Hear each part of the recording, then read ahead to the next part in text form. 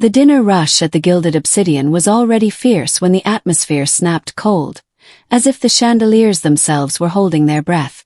Manhattan's elite filled the room. Hedge fund titans, political power brokers, men who could buy silence with a handshake. Yet every conversation died the moment the doors opened.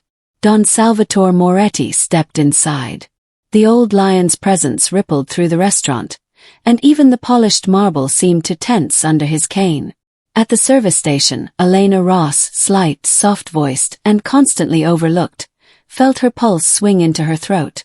"Keep your head down," the manager muttered. He sees weakness before he sees faces.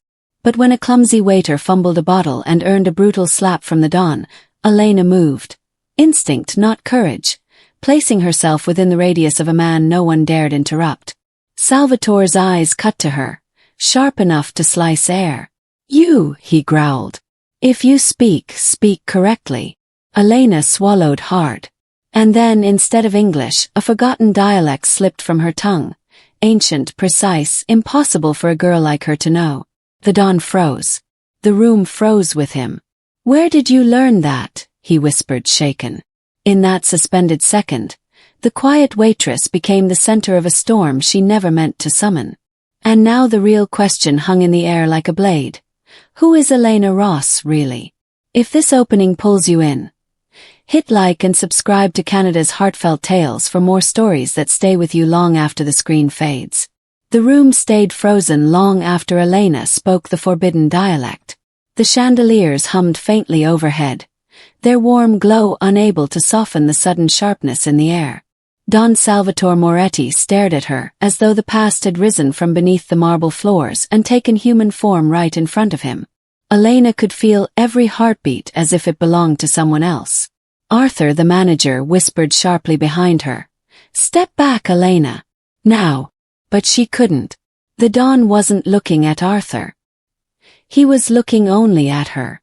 "Say it again," Salvatore demanded, voice low, gravelly, trembling in a way that startled even his own guards. Elena steadied her breath. "Vosenza Benedeca, Don Turi." Lorenzo Moretti, standing at his father's right, narrowed his eyes. He had seen fear, loyalty, deceit, but not this. This was recognition. This was memory. And Elena had no idea why. The Don motioned toward the empty chair at the table. "Sit." Arthur nearly keeled over. "Sir, she's staff." "She is what I say she is," Salvatore snapped. Elena lowered herself into the chair cautiously. The leather was cold, the attention even colder. Lorenzo leaned toward her, crossing his arms. "How does a Manhattan waitress know a dialect spoken only in 2 villages and by 5 old men who can barely walk anymore?"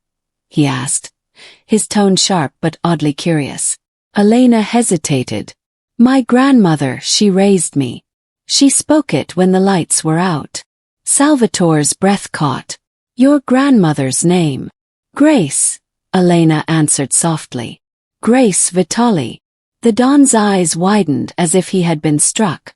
Lorenzo straightened, the tension shifting into something cleaner, harder.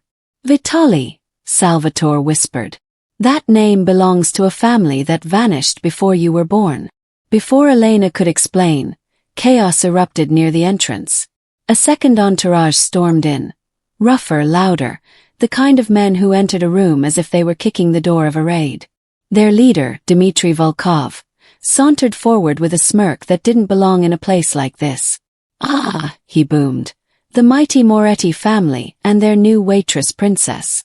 Lorenzo stood instantly, blocking Volkov's view of Elena.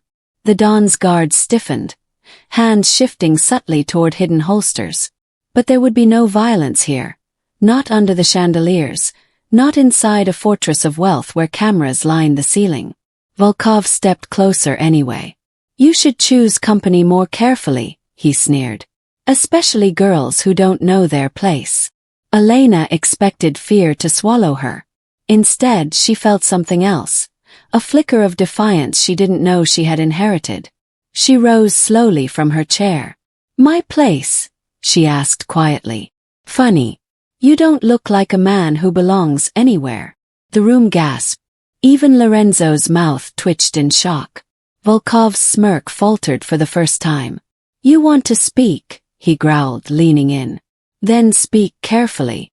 But that was the moment the power swung, not through force but through truth. Salvatore spoke before anyone else could. "Volkov," he said, voice firm again, "you do not speak to a Vitali that way." Silence cracked through the room. Volkov stepped back a fraction. "Impossible. That family is dust." "Some dust," the Don replied, "still carries fire."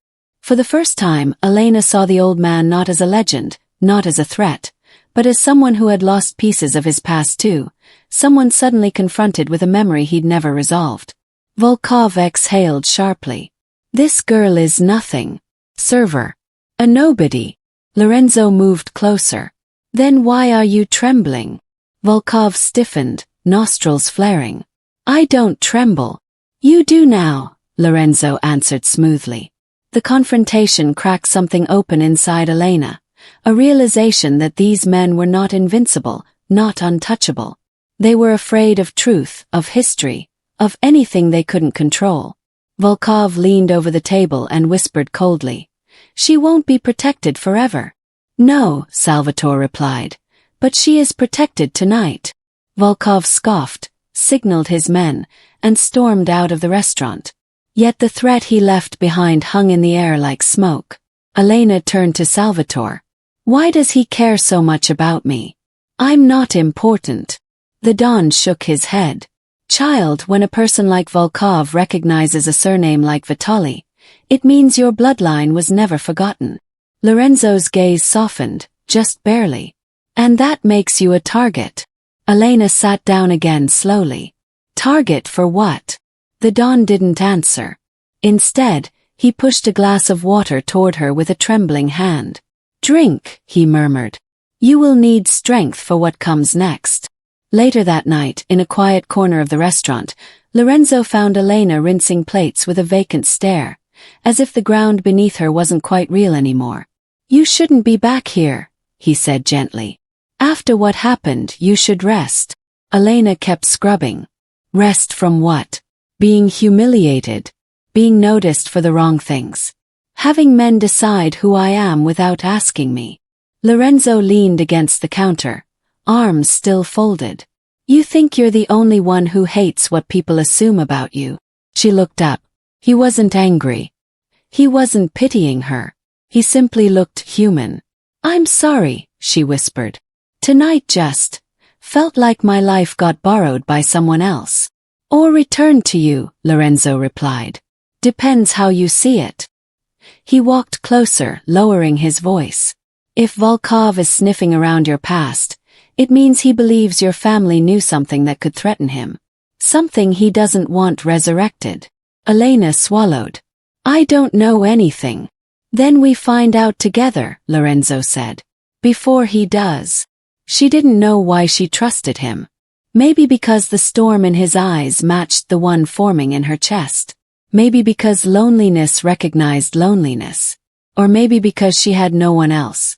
The next morning, Elena stood in her tiny queen's apartment while Lorenzo scanned old letters, faded recipes, and a wooden box filled with her grandmother's trinkets.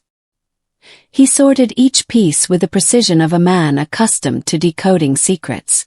"These symbols," he muttered, pointing at a carved emblem on a spoon handle. "This wasn't random. Your grandmother left you a map." "A map to what?" Lena asked. "The truth," he said simply. But truth had a cost. A sudden pounding hit Elena's door. Not polite. Not patient. Determined. Lorenzo's eyes widened.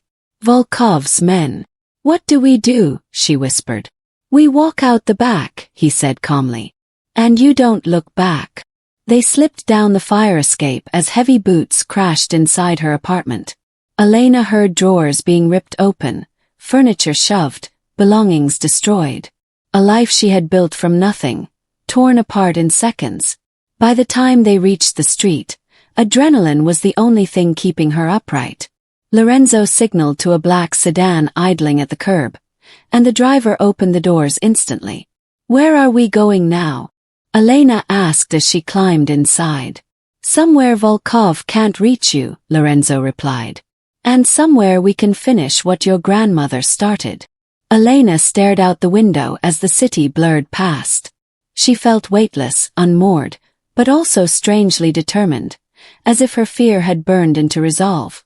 If Volkov wants to chase a ghost, she said quietly, then let's give him one. Lorenzo glanced at her, surprised, then smiled. The Moretti estate in the Hamptons was nothing like she expected. No gold, no marble, no grand piano in the foyer. Instead, it felt like a storm shelter. Cold stone, old wood, thick doors that shut with the weight of secrets. Salvatore sat in a leather armchair by the fireplace, staring at the flames as though they had spoken to him. Elena, he said without turning. Come closer. She did cautiously. When you spoke that dialect, the Don continued, you unlocked something in me that I buried for decades. Something Volkov never wanted revealed. Elena braced herself. What was it? A betrayal, Salvatore whispered. One committed against your family, and against mine. Before he could explain further, one of his guards stormed in. Sir, Volkov just went public. Public with what? Lorenzo demanded. The guard handed him a tablet. A breaking news alert lit the screen. Local restaurant accused of sheltering known criminal. Underneath, Elena's photo, grabbed from security cameras. A chill cut through her. He's framing you, Lorenzo growled. He's setting up the narrative first. Salvatore stood, rage burning through his exhaustion. Then we set up the truth. Elena looked between them, heart pounding. How? Lorenzo turned toward her, his voice steady. By showing the world what he's hiding, and forcing him to answer for it. They returned to Manhattan 3 nights later, not as fugitives but as people holding the final piece of a locked puzzle. Elena's grandmother had left a ledger in a hollow corner of an heirloom, proof that Volkov had been siphoning money, manipulating families, and selling out allies to authorities while pretending loyalty. It wasn't gore. It wasn't war. It was greed, documented line by line. And it was enough to destroy him. They entered a private gathering at a luxury hotel ballroom where Volkov was celebrating his victory, with investors, politicians, and anyone else dazzled by his public persona. He smirked the moment he saw Elena. You again, he said. Some people don't learn. Some people don't read, Elena replied, placing the ledger on the table between them. But tonight, everyone will. Lorenzo connected a USB drive to the ballroom's projection system. The screens lit up with numbers, signatures, timestamps, every shady deal Volkov thought he buried. Gasps rippled across the room. A few investors stood up abruptly and walked out. 2 security officials slipped away with purpose. Someone whispered. He sold out his own partners. Volkov lunged for the power cord, but Salvatore stopped him with a calm hand on the table. No need to run, the Don said softly. Your audience is right here. Volkov looked around, and saw no allies left. His empire collapsed not with bullets, but with truth. Not with violence but exposure. The humiliation was total. The fallout immediate. By midnight, he was escorted out by federal agents, hands cuffed, face white. Elena watched him go, emotion tightening her chest. Not triumph. Not cruelty. Just closure. Lorenzo stepped beside her. Satisfied. For the first time, she whispered. Yes. But this wasn't the end. As reporters swarmed outside, one called out loudly. Miss Ross. Are you connected to the Vitali legacy? Elena lifted her chin. I'm connected to my grandmother's courage, she said. The rest is just history catching up. The crowd erupted with questions as she walked away.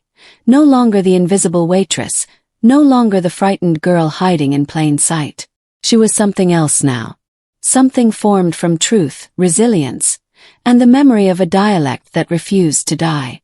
And the world was finally hearing her voice. Volkov had tried to bury her. Instead, he buried himself. The scandal that brought Volkov down rippled through the city for weeks, but Elena felt its weight lift the moment she stepped outside the hotel ballroom. For the first time, the world didn't look like a maze she had to escape. It looked open, as if every locked door she'd spent years walking past had quietly swung wide. Lorenzo met her on the sidewalk, no guards, no tension. Just a man who had finally stopped hiding behind a legacy. "You changed everything tonight," he said softly. Elena shook her head. "No, I just stopped letting others decide who I was." He smiled at that, not the sharp smile he wore in rooms full of power, but one that carried something steadier. Respect. Relief. Hope. In the days that followed, the noise faded and another truth settled in. The strength she'd shown wasn't borrowed from old stories or whispered dialects. It had always been hers, waiting for a moment to speak out loud. The restaurant reopened weeks later. No velvet ropes, no shadows lurking in corners. As Elena passed by the front windows one quiet evening, she saw a basket of fresh bread on the counter, the kind her grandmother used to make, and the sight felt like a circle finally closing. She walked on with a steadier step, the night air brushing her shoulders like a promise. Some battles end loudly. Others end when a person decides they deserve better. And Elena had finally decided. If her journey moved you, please like, share, and help Canada's Heartfelt Tales grow by subscribing for more powerful stories that stay with you long after they end.